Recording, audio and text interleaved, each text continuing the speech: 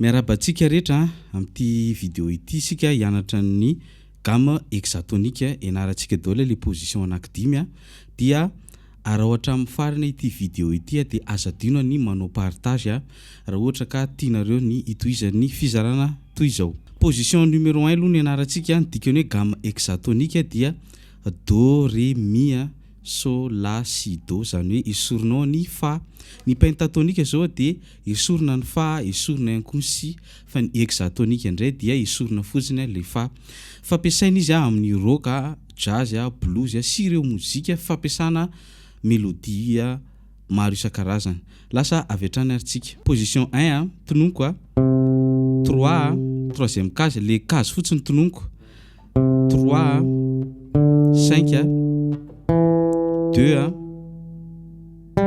5 2 4 5 aveo 3 5 3 5 zay ny position 1 zany hoe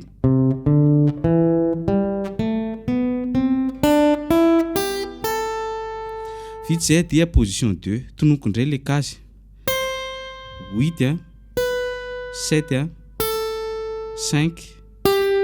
8 5 7 5 4 7 5 7 5 8 zany hoe raha averintsika kely le position 2 teo dia hoe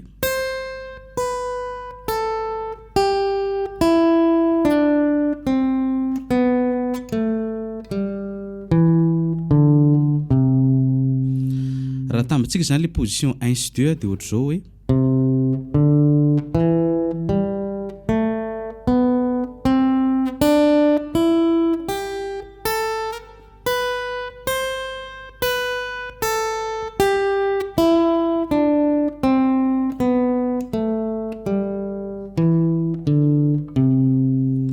vita zay dia position 3 tsika 8 10 7 10 7 9 10 7 9 8 10 7 8 aveo 10 zany ohatra zao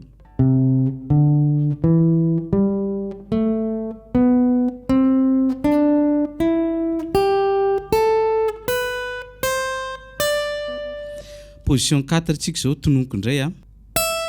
12 10 13 12 10 12 9 12 10 9 12 10 12 10 zany ohatra zao zany hoe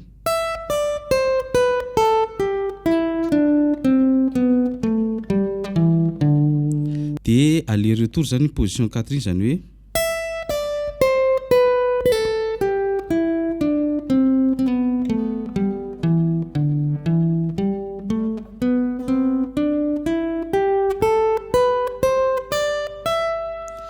position 5 tsika zao tononoko indray izy 15 12 15 13 12 14 12 14 12 dia ny farany 15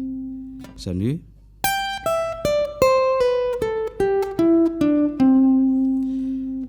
dia atambatsika ry izy rehetrarehetra zany.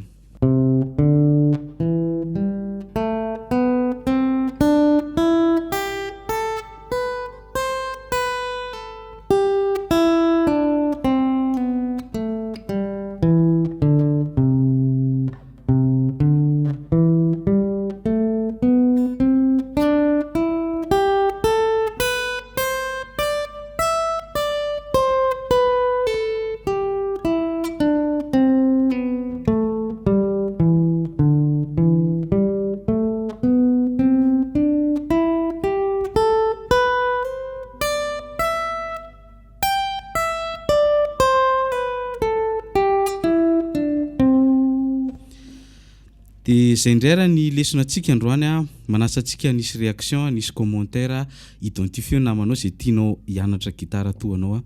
dia asa dino ny mizara ny vidéo antsika misaotra antsika rehetrarehetra.